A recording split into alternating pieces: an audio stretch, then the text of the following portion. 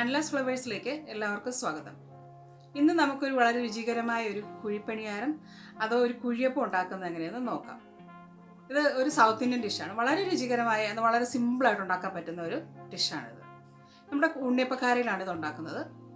ഇത് വേണ്ട സാധനങ്ങൾ നമ്മുടെ അടുക്കളയിൽ, അതായത് നമ്മുടെ മിച്ചം വന്നിരിക്കുന്ന ഇഡ്ഡലിയുടെ ദോശയുടെ ഒക്കെ മാവ് കൊണ്ടാണ് നമ്മളത് ഉണ്ടാക്കുന്നത്. അതിൽ ഇച്ചിരി സവാള, ഇഞ്ചി, പച്ചമുളകൊക്കെ അരിഞ്ഞിട്ടാണ് നമ്മളത് നന്നായിട്ട് കലക്കിയിട്ട് നമ്മൾ ഉണ്ണിയപ്പം ചുടുന്നത് പോലെ തന്നെയാണ് ഇത് ഉണ്ടാക്കുന്നത്. ഇതിന് നല്ല കോമ്പിനേഷൻ ആയിട്ടുള്ളത് നല്ല ചമ്മന്തി, നല്ല കട്ട തേങ്ങ ചമ്മന്തി, അതുപോലെ തന്നെ കടല വെച്ചുള്ളൊരു ചമ്മന്തി ഉണ്ട്. അത് ഏറ്റവും കോമ്പിനേഷൻ ആയിട്ടുള്ളത്.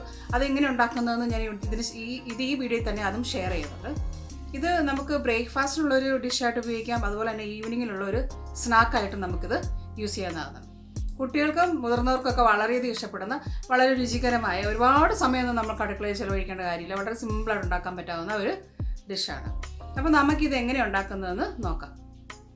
അപ്പോൾ ഈ കുഴിപ്പനീർ ഉണ്ടാക്കാനായിട്ട് നമുക്ക് ആവശ്യമായിട്ടുള്ളത് ഒരു ബൗള് ഇഡ്ഡലിയുടെ അല്ലെങ്കിൽ ദോശയുടെ മാവ്, പിന്നെ അതിലേക്ക് വേണ്ടത് നമുക്ക് ഇഞ്ചി, പച്ചമുളക്, സവാള.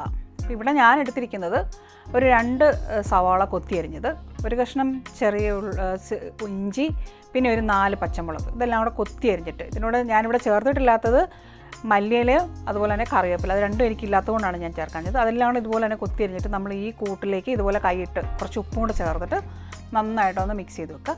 ഇതൊരു 15 മിനിറ്റത്തേക്കൊന്ന് മാറ്റി വെക്കുന്നതിനകത്ത് വെച്ചാൽ നന്നായിട്ട് അതിൻ്റെ ഒരു ഫ്ലേവറൊക്കെ കിട്ടാൻ വേണ്ടിയിട്ടാണ്. പിന്നെ നമുക്ക് നമ്മുടെ ഇഡ്ഡലി മാവിലേക്ക് നമ്മുടെ ഈ സവാള, പച്ചമുളക്, ഇഞ്ചി കൂട്ട് ചേർത്ത് കൊടുക്കാം. പിന്നെ ഇതിനോട് നമ്മൾ ഒരു ചെറിയ സ്പൂൺ മഞ്ഞൾപ്പൊടി, പിന്നെ ഒരു ചെറിയ സ്പൂൺ മുളക് പൊടി, അതുപോലെ തന്നെ ഒരല്പം കായപ്പൊടിയും കൂടെ ചേർത്തിട്ട്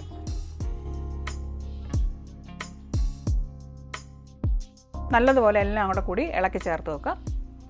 ഇപ്പോൾ കാണാമല്ലോ, നമുക്കിപ്പോൾ നമ്മുടെ ഇതൊരു ശകലം ഒരു കൊഴുത്തൊരു കൺസിസ്റ്റൻസിലോട്ടൊക്കെ വന്നിട്ടുണ്ട്. നമ്മുടെ ഉണ്ണിയപ്പക്കാര, ഈ സമയത്ത് നമുക്ക് ഉണ്ണിയപ്പക്കാര അടുപ്പത്ത് വെച്ച് ചൂടാക്കാം. എന്നിട്ട് ചൂടായി കഴിഞ്ഞ് കഴിയുമ്പോഴത്തേക്കും ഒരു പകുതി പരുവത്തിലേക്ക് എണ്ണ ഒഴിച്ചു കൊടുക്കുക. എണ്ണ നന്നായിട്ട് ചൂടായി കഴിഞ്ഞ് കഴിയുമ്പോഴത്തേക്കും ഓരോ സ്പൂൺ വീതം നമ്മുടെ ഈ മാവിൻ്റെ കൂട്ട് ആ ഉണ്ണിയപ്പ കുഴികളിലേക്ക് നമുക്ക് ഒഴിച്ചു കൊടുക്കാം.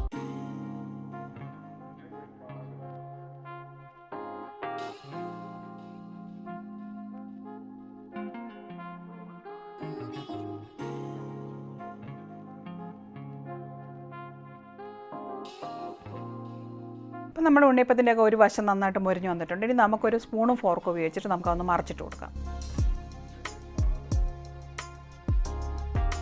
അധികം സമയമൊന്നും എടുക്കത്തില്ല, പെട്ടെന്ന് തന്നെ ഇതാകും. കാരണം ഒത്തിരി ചെറിയൊരു ഉണ്ണിയപ്പങ്ങളല്ലേ ഇത്, ഉണ്ണിയപ്പം പോലത്തെ കുഴിപ്പനിയാരങ്ങളല്ലേ, പെട്ടെന്നായി. ഇനിയിപ്പോൾ നമുക്ക് ചമ്മന്തിയാണ് ഏറ്റവും ബെസ്റ്റ്. അപ്പോൾ ഇതിലേക്ക് ഞാൻ പറഞ്ഞിരുന്ന ആ കടലച്ചമ്മന്തി എങ്ങനെ ഉണ്ടാക്കുന്നതെന്ന് പറയാം.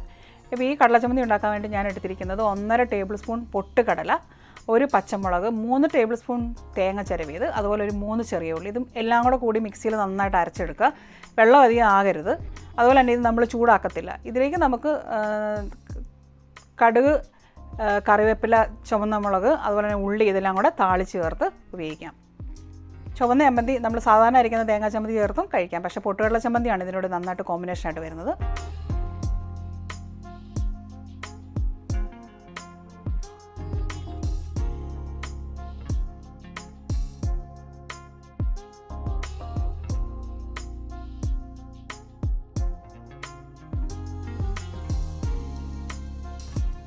നിങ്ങൾക്കെല്ലാവർക്കും ഇന്നത്തെ വീഡിയോ ഇഷ്ടപ്പെട്ടെന്ന് കരുതുന്നു. ഇന്നത്തെ വീഡിയോ ഇഷ്ടപ്പെട്ടെങ്കിൽ ഒരു ലൈക്ക്, ഷെയർ, സബ്സ്ക്രൈബ് ചെയ്യാൻ മറക്കരുത്. അതുപോലെ ഈ വീഡിയോയെക്കുറിച്ച് എന്തെങ്കിലും നിർദ്ദേശങ്ങളുണ്ടെങ്കിൽ താഴെ ഒരു കമൻറ്റ് ഇടുക. ഈ വീഡിയോയുടെ കൂടുതൽ നോട്ടിഫിക്കേഷൻസ് ലഭിക്കാനായിട്ട് ബെൽ ഐക്കൺ അമർത്തുക. And thank you for watching.